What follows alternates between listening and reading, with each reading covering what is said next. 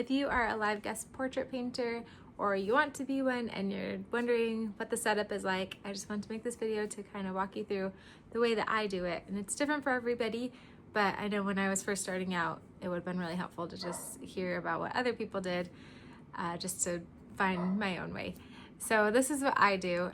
I have figured out a way to do it without an assistant, which is so nice. I love when my husband can come with me because it's just fun for us to be together and everything, but he can't always come and it's hard to find somebody that can be there for that many hours, and then I have to pay them, so it takes away from what I'm making. So we figured out a way to do it with that one, which is awesome, and I will share that as I go through the video. But basically I get there and I will find whoever is in charge, the wedding planner, coordinator. Sometimes the bride is the first person I see. Talk to them. Usually they'll have a spot picked out for you to be. If not, you can work with them on a good spot to be. The first wedding that I did guest portraits for, I was right in the kind of the line of traffic as people were walking by, which was nice because everybody could find me, but everybody kept getting stuck there. And so I think if you can find a place that's not gonna be by the food line or by, you know, any kind of lines or ways that people are gonna be walking, but also you want them to be able to see you and find you and not be like coming up at the end like, oh, I didn't know you were here, you know. So somewhere that's visible but not in the way, and if possible under a canopy or some shade, that's even better, especially if you're outside, because you never know if it might rain or be super windy or really sunny. Some kind of shade cover is nice to have. So once you find your spot, I usually find it before I go back to my car and bring all my equipment out. So I'll find the table, make sure I've got a chair and everything, and then go back to my car, get my equipment. I bring a rolling cart with me, a makeup cart that I got off Amazon, which I can share in the description of this video.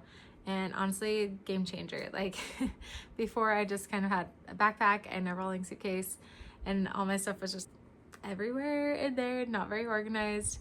And so it took me a while to find everything, but with the rolling makeup cart, it's so much easier because everything has its place and I can take off compartments, and anyway, it's so helpful. So I bring out my rolling cart, I'll set up my paper, my paint, my paintbrushes, go fill up my water cup, my signage, so everybody knows what's happening. I have one big sign that says guest portrait painting, and then I have another sign that gives instructions, and the instructions say take a photo with the iPad and then I will paint from your photo. I should look at my sign, something like this, and then come back and check later, and if it isn't done, then I will send it to you. I think there are kind of mixed opinions on like receiving tips as a live guest portrait painter or a live wedding painter. Personally, I feel like it's fine if people like are insisting on it, but I don't want to advertise for tips because the couple already paid for this, and yeah, it's not something that I need. And so I don't have like a sign or tip jar or anything, but I do just put a sign that says courtesy of bride and groom in case people are wondering who pays for this. And so then, yes, the way that I do it without an assistant is I have an iPad set up on a tripod, and people can come up, and my husband made an app using AI. So if you know somebody who can make an app with AI, it's honestly like so easy. You don't have to have any coding experience or anything. I think you have to pay for the premium or like the plus subscription or something. But yeah, making an app, like my 9-year-old has been making apps. So if he can do it, you can do it, or your significant other or your friend. Like hopefully somebody can make one for you. And if not, I think there are photo apps just like on the App Store, like photo booth apps that you could use. As long as it has a place for people to put their information in, it would work for this.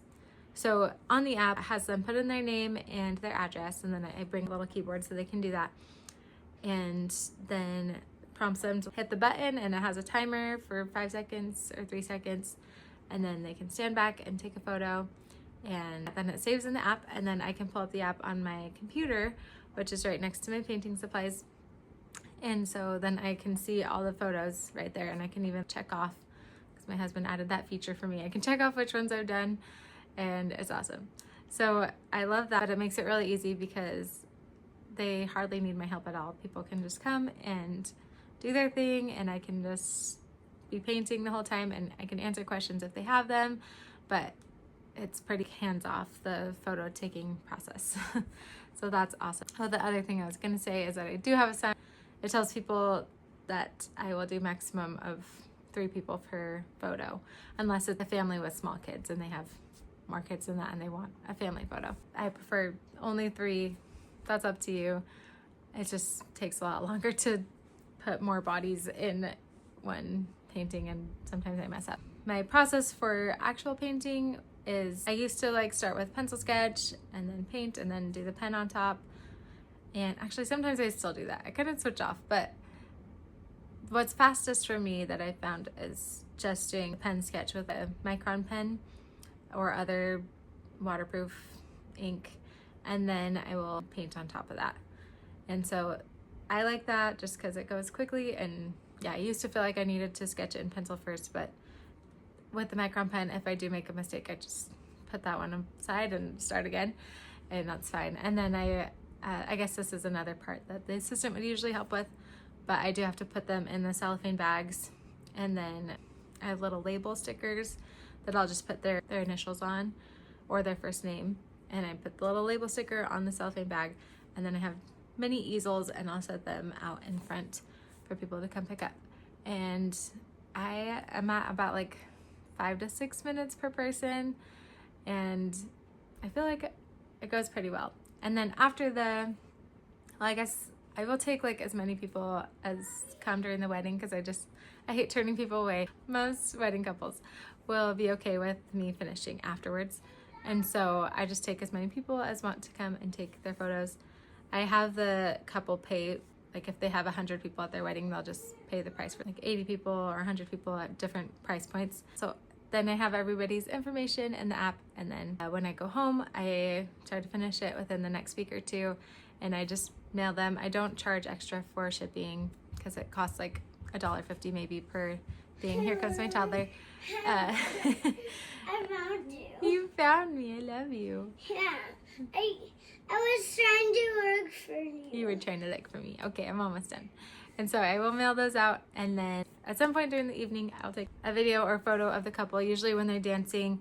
And so then afterwards, I do an 8x10 portrait, not a fancy wedding painting, but just usually watercolor or gouache, and I will paint that. And then I mail that to the couple with a little thank you card, thanking them for having me at their wedding. Yeah, I love doing it. It's so fun for me to get to know all the guests, and everybody's thrilled with getting this little gift that they get to keep from the wedding. And When we go to the bakery, Mommy. you want to go to the what? I want to go to the bakery. I'm gonna go to the bakery. Okay. Okay. This was a quick video, but just wanted to walk you through what I do and how I'm able to do it without an assistant. And hopefully it helps you. If you do want to try out our app, we could try to send it to you. You might need like a backup plan in case it's not working for whatever reason. That's my process, and happy painting.